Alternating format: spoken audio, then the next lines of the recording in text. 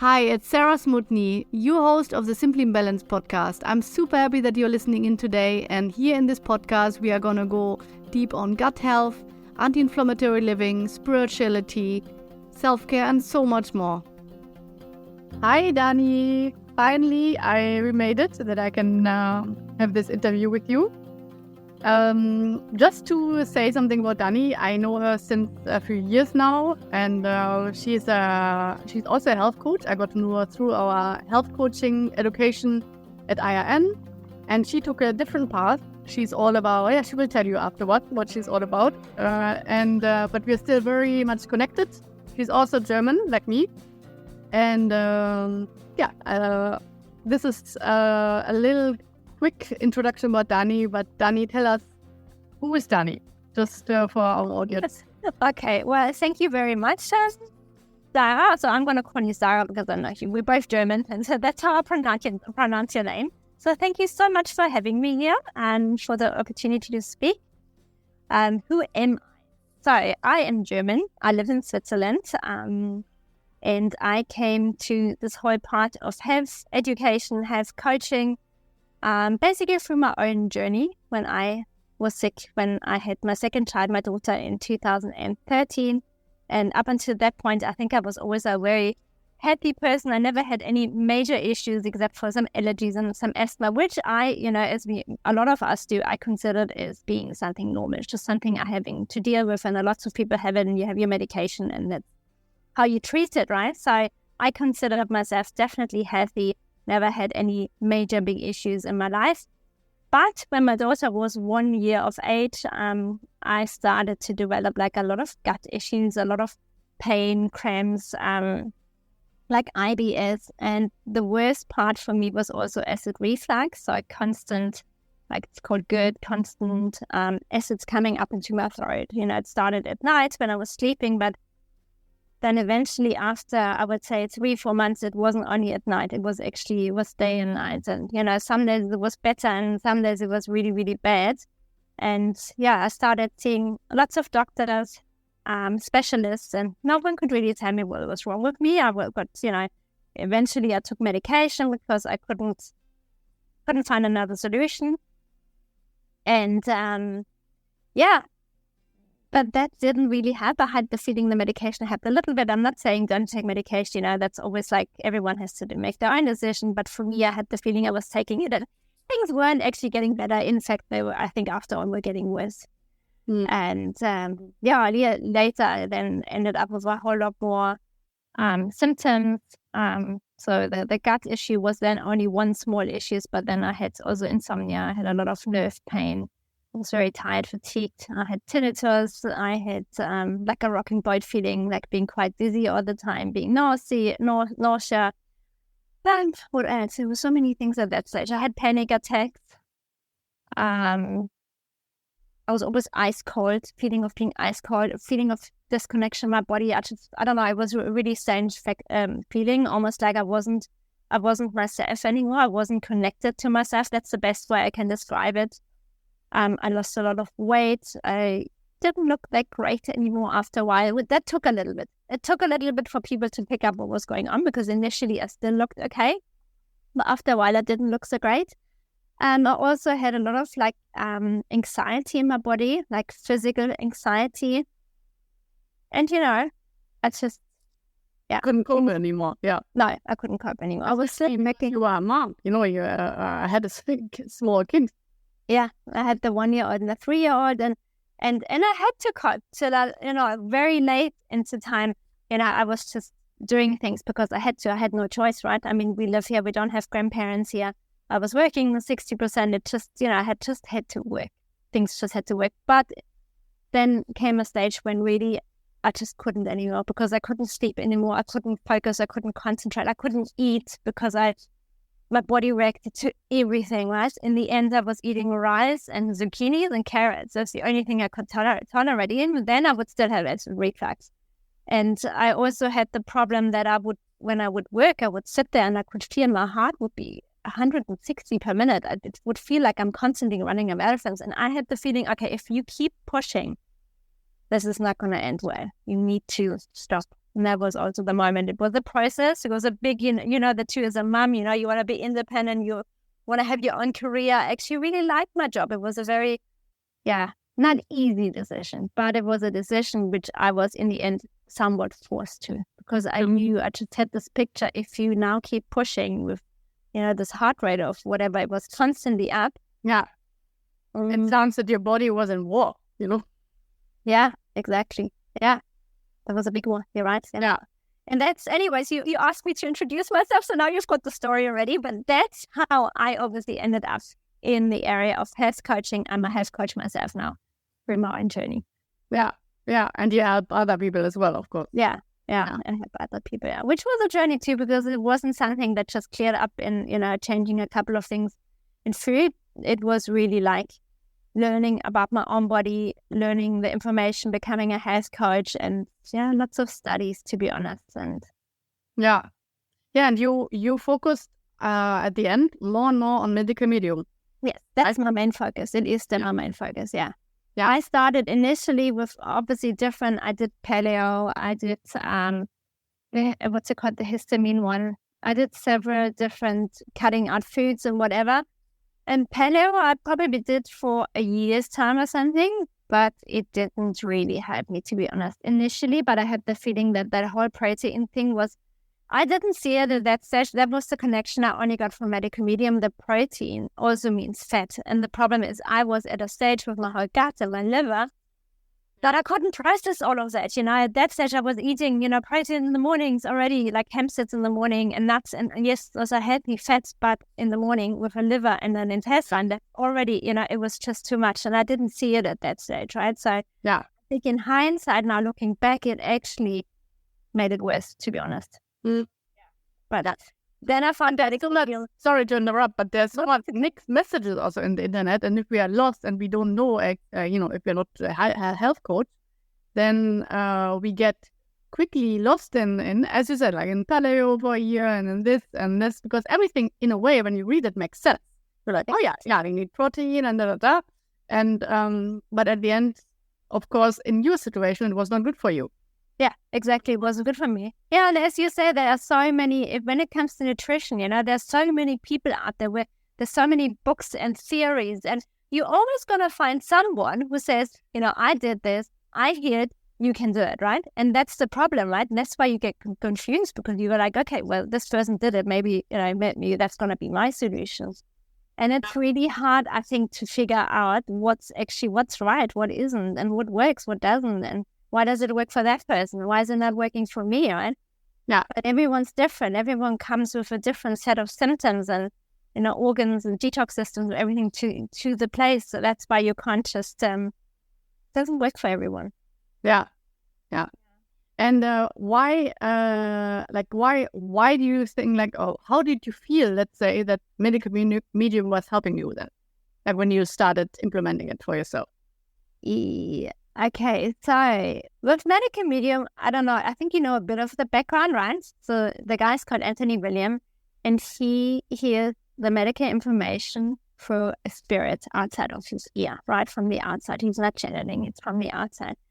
So when I found his book in 2016, which I found on Amazon, I cannot tell you, there was definitely something divine with it, because I've read so many nutritional books, like the 2 years leading up to that, as I said, paleo, there's been so many things in different congresses or whatever I joined to find a solution.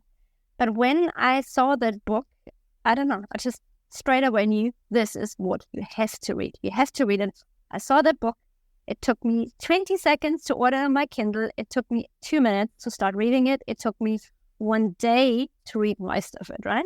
And the first chapter that I read was me, every single symptom, and I had about 40 of them, was described in that first chapter. I still remember to that day running up to my husband saying like, hey, someone who actually brings it all together. And it makes sense when he talks about it. So to me, it was just, I can't tell you, it felt like I found the truth, and I finally found this truth, because I've been waiting from this. Yeah, that's what it is, because I was before that at a stage where I had already been, I remember the one of the sleepless nights in the bathroom, I believe in God. So I said to God, if, I'm just putting down my guards, whatever will happen now, because I feel like I'm constantly fighting and I cannot fight anymore. I don't have the strength to fight anymore. Yeah. And that was shortly afterwards when I found that book, right? And it was for me another sign, like a sign from your guide. Yes. And I could have at that stage said, I've already read about 30 books, it's another. So it doesn't, but to me, it just felt like it hit something in me that said, okay, that's it. And now you have to keep going. That's what I can completely relate to this kind of intuitive feeling, because I had a spiritual experience myself. I will not go into that now, because I will make another podcast about that, about spiritual experience. Yes, please. I'd love to hear. Where my son was in danger, basically. I didn't know in this moment, of course. I was in a different room, and at once I had this message in my head, go in that room. And I didn't even question it. I went in that room and I found him, like that a whole metal frame was in the air, already falling on his head, and I jumped in between. But that's why I know exactly what you mean by this message, where you don't even question it. It's like a thought, and you just know. Voila, how precious. Yeah. That's our intuition. Yeah. Wow, so lucky for you. Yeah. Intuition. You listen to that. That's so cool. Yeah, but you don't have a choice. When you have this kind of intuitive messages, you don't even question it. It's like a command. Because it's the truth. So you don't. That's why you don't question it. Yeah. So amazing. So how did your husband then react on this when you told him, no, I found it, I found this solution? Was he like, oh yeah, another book? Or how did you react? No, he said, no, I think he was very happy. He read it. I made him read that first chapter because I was so happy. He had to read it, of course, and same thing, it made sense. So he was very supportive. He said, okay, good, let's start. What did you say? And I started. And then how did you react, like when he saw you changing, or like, how was this whole experience in the first year, like when you started the medical medium journey? For him, do you mean for my husband? Both, yeah. Like first, of course, for you. Yeah. So for me, it was, I started drinking it. But what I did have, and that was, to me, things didn't just clear up, right? That's something initially which I didn't understand. I sort of had hopes. I buy this juicer, I'm going to start celery, and the acid reflux goes away. It didn't work like that, right? It actually took me a year to clear it, right? But I had acid reflux for over 3 years. I almost had it every single day. And now, I'm in year 7. I haven't had acid reflux and I can't even remember. I can't tell you, probably 3 years. So, like I know it works. I'm clear. I've got fantastic digestion. It's just not an issue anymore, right? But initially, it took that year to get to that stage. So yes, of course, I had times when I was like, okay, I've been doing this for 3 months now. I'm still suffering. But there's something in me, and I think it's the same force that we were talking about when I found that book, made me go, you just need to keep on going. You just need to keep on going. But I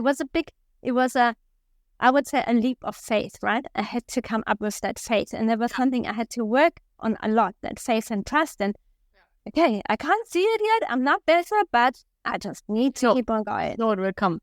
Yeah, exactly. But some things I cleared up, right? So my energy was getting better. I was sleeping better. Like there were things, but they were still on the small side, So it was, it took a little bit. Yeah.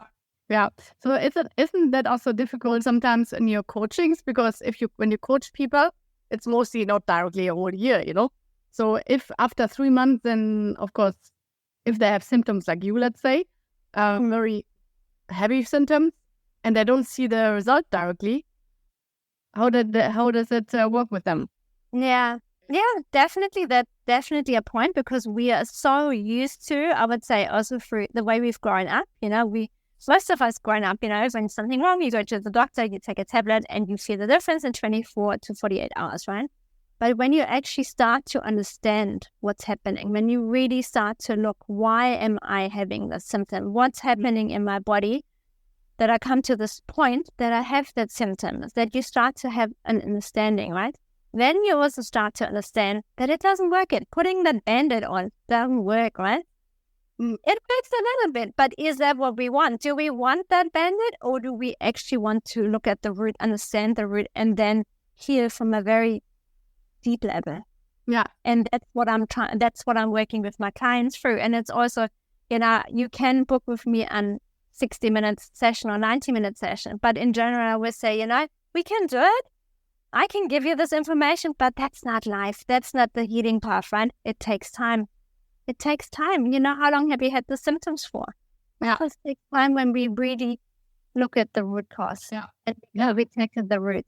Even it took me 7 years. So it's a process, and I had many back falls as well. That's also life. Yes, absolutely. All out of the routines and exactly. Yeah, and then some things come back or new symptoms come up, and then we wonder, is it really working? And it's a process. It's not a quick fix. It's a process. Yeah.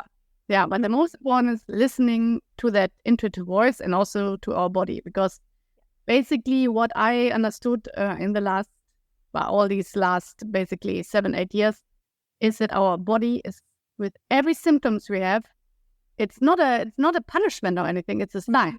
It's actually a message.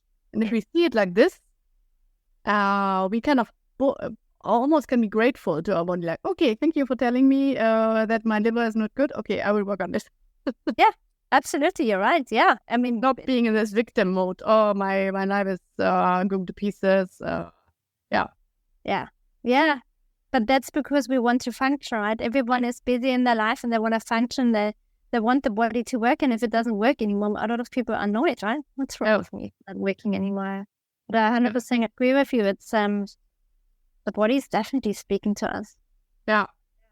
So how did your family life, or your life in general, but also your family life, change in through this healing? Like, which kind of quality of life or which new routines could you start back? Like, what changed also in your relationship with your husband? Yeah.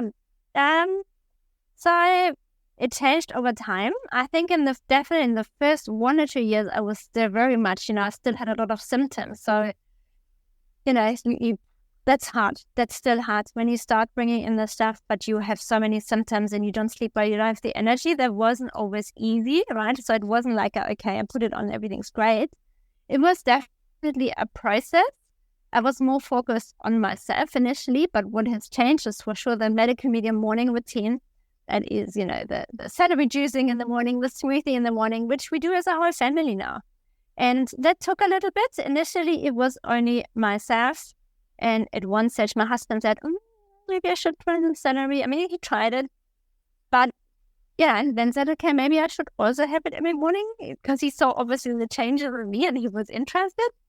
And and now, I mean, if I don't make celery in the morning, he's like, well, it's the opposite. Actually, is normal for us. It's like when other people have a coffee in the morning, for us, it's a celery juice. Wow. He goes like, what's wrong? Have we run out of celery?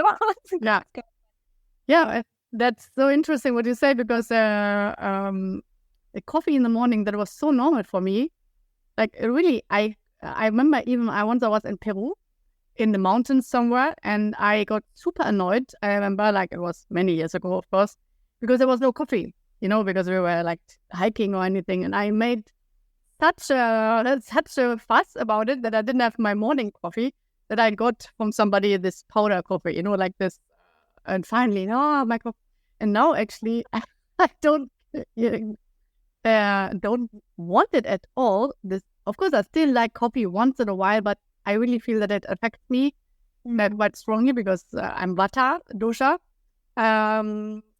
But still, in the morning, it's impossible for me now to drink coffee. Impossible. It's like my body resists to it. It's not what you want. Not at all. You want hydration. You want life, prana. Yeah. Exactly. Yeah, but if you're used to it, it's also highly addictive, right? I mean, Yeah. You're like, I need it. I need my coffee. I need it. It's like, Otherwise, I don't function. Exactly. Yeah. And you get grumpy. Like, for me, it would affect my mood greatly. If I wouldn't have coffee, it'd be like, I would be grumpy and, don't talk to me and whatever.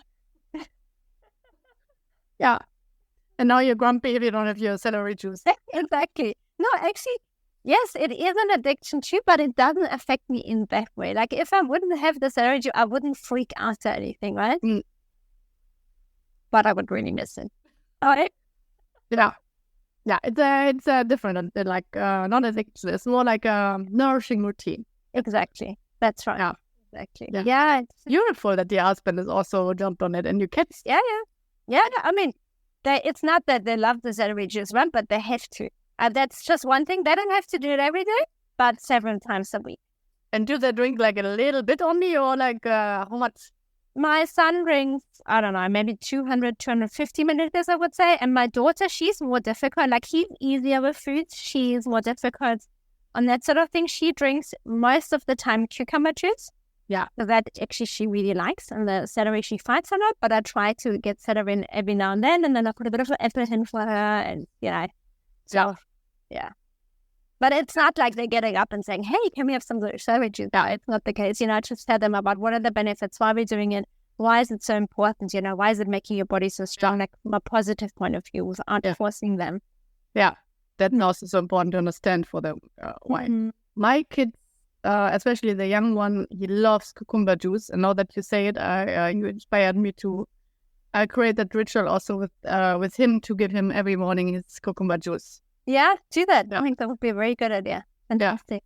Yeah, it's so good for another one, which is also a very good one I find for kids, is carrot juice combined with apple and ginger and curcuma. Turmeric. Sounds very good. Yeah, sounds delicious. Anyway, juicing is good for for the audience now. If you're not ready yet for the celery juice, try first the cucumber juice. That's an alternative, barley, right? Yeah. It's not as fresh as the celery, but still a very good alternative. Exactly. I mean, celery is very medicinal, right? It's got so many positive benefits that it's really outstanding. Yeah. But if you are listening, you're thinking, oh my God, how on earth can you drink celery juice?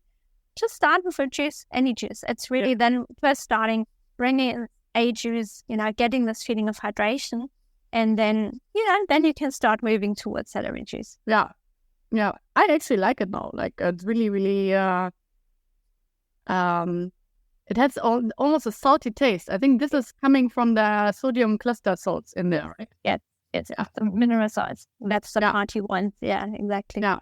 But we should make another podcast only about celery juice. It's such a beautiful drink. I even bought the book about it from celery juice, and it's crazy that you can write a book only about this topic, and this means something, that it's highly complex. So if there's only one thing you're doing, it would be that part. Celery juice. Yeah. And so do you feel like, because we are almost coming to the end, because Dani has to pick up her kids from school, so one of the last questions I would have to you is, do you feel sometimes restricted in the way you're eating and living? That's a very good question. That's a question that comes up a lot. I have to say no. The reason is because I never went into this with a restriction for me. I'm not allowed to. It's often the way we perceive things. So I never went into, I'm not allowed to have gluten, I'm not allowed to have dairy, I'm not allowed to have eggs, right? For me, I was at a stage where I was so desperate, I didn't care. I wanted things for me to support my body, right? So to me, the decision of not having those things, that's not from a restriction, that's from an empowerment point of view. Yeah. Why? Because now 7 years later, I have not only reversed the acid reflux, I have reversed so many things, even things, what I said, going back into my 20s, hay fever, asthma, all of that is gone, right? It's not a restrictive. And to be honest, like, I go out, I'm social, I like it. I go out, I eat, we go on holidays. I've always found my way. And that's also how I got into that. I always go with the expectation or knowing that I'm going to find my way anyway. And I've never ever tried it. So no, answer to that is the only thing where I can say there, I feel like I'm missing out sometimes would be, like you live in France, a nice baguette. Oh, a nice baguette. That would be really nice. Yeah. But then I could try the recipe I once shared about making gluten-free baguette. But there's okay. yeast allowed. Yeast is not great for your liver. It's not great for your liver. I probably, if it would be a nice one, a gluten-free one, I would probably have it. I wouldn't. But not for every day. Yeah. No, exactly. No, and we don't make it every day. But it's more like once in a while for the weekends. We make this baguette. It's amazing, warm and crusty. Ooh, okay. I'm gonna check it out. Yeah, but other than that, I don't, because it's a choice. But that's something we need to check in our own heads. Am I doing this? Do I feel restricted? Yeah. Or do I see it from a point of empowerment? And that makes a huge difference. That also makes a huge difference in our own healing journey. Yeah. The energy of that. Yeah, because it's also, you gain so much. You gained a new life again. Exactly. And even better than before. I can think better. I can see better. I mean, there's so many things where I'm like, no, thank you. I'm not trading it against any eggs or whatever. Yeah.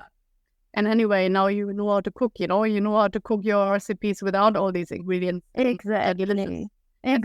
You had this potato pizza or something like that. It looked divine. Yes, exactly. You just, for me, I have a mind where I just went, okay, what's possible, Lord of God? What can I do? And I enjoy that. I enjoy trying different recipes, looking how other people are doing that. And I think that's actually nice. That's fun. And finding delicious food, because that's important. For me, I'm a big foodie. I love food. Like if I go on holidays, the main thing for me is food, right? So, yeah. So you find your way. I mean, you're doing it too, right? Your way, and you just find your way. Yeah. You do, and it's so much easier now than 7 years ago. 7 years ago, the whole, there wasn't the vegan movement with the egg dairy wasn't as big yet. It was definitely harder. Whereas if I'm going out now, I mean, you find everything basically, and you can make everything yourself. Yeah, exactly.